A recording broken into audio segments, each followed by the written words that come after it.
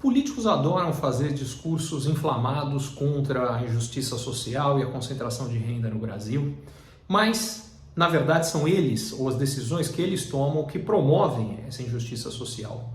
Isso começa com os gastos do governo brasileiro.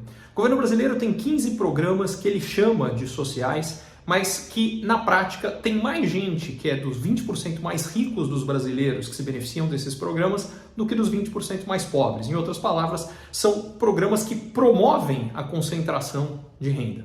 O mais óbvio deles é o que a gente chama de universidade pública gratuita, porque ela é gratuita para quem vai à universidade, mas ele é pago por todos nós brasileiros. Na prática, quem vai a essas universidades públicas, na maior parte, são exatamente aqueles que estão no extrato dos mais ricos do Brasil. E quem paga? Todos nós. Em outras palavras, o pobre paga para o rico ir estudar de graça na universidade. Como esse, há 14 outros programas que são bancados por todos os brasileiros, pelos impostos que todos pagamos, mas que beneficiam primordialmente os mais ricos no Brasil. Isso aqui é um absurdo e nada é feito a esse respeito. O segundo absurdo que nada é feito é que a gente tem uma realidade onde o funcionalismo público brasileiro, e particularmente no governo federal, recebe salários muito mais elevados do que o resto da população, que são pagos com impostos, mais uma vez, que todos nós brasileiros pagamos.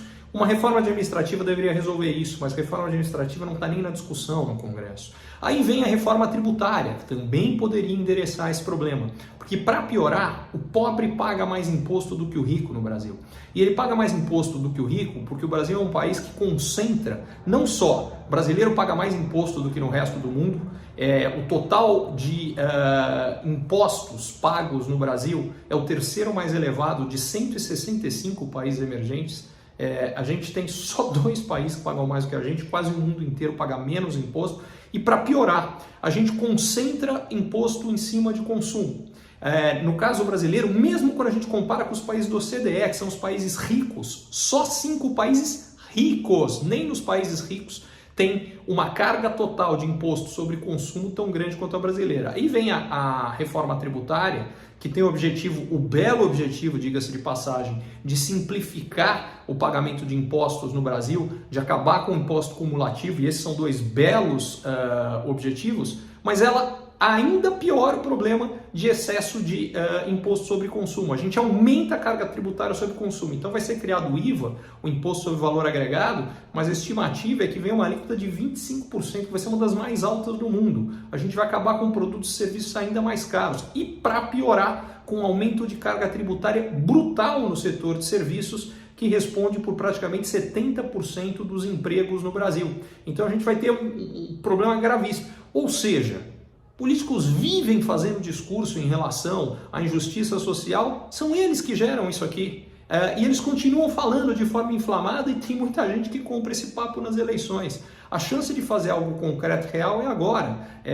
Basicamente, a gente precisa de uma reforma tributária, a gente precisa de mais de uma que simplifique, sim, isso é um mérito efetivo que há dessa reforma tributária, mas de jeito nenhum uma reforma tributária que coloca ainda mais peso sobre imposto sobre consumo e particularmente as custas do setor de serviço, porque isso vai bater não só, como eu falei, em emprego, mas diga-se de passagem, na grande maior parte a gente está falando em emprego também da população de renda mais baixa.